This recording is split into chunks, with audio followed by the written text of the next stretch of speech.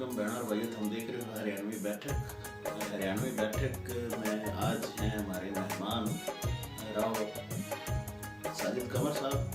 तो पहले तो आप का लेना है इंट्रोडक्शन और फिर जनाब वाला जो है इंसाफ कलाम सुनेंगे। आज हमारे मेहमान भी हैं और हरियाणवी ये जो लेखक हैं, हरियाणवी शायर हैं। तो ये फर्स्ट टाइम इनका हमारे चैनल से इंटरव्यू है, तो आप ज़रूर देखियो और हमारे चैनल ने सब्सक्राइब भी करियो और लाइक भी करियो।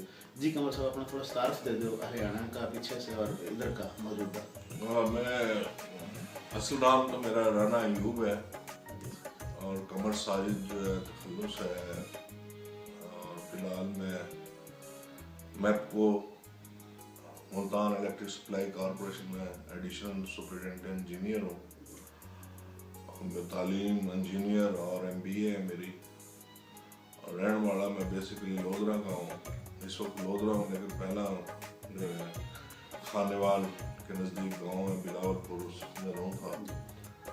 बड़े जो है इंडिया तहसील कैथल में गांव था बड़ा एक सियोन, उससे आए थे और आके खानेवाल की तहसील कबीरवाला बिलावलपुर गांव में रहना शुरू करा था। तो बचपन से शायरी कर रहे हैं, हरियाणवी में भी, उर्दू में भी और कुछ पंजाबी में भी लिखा।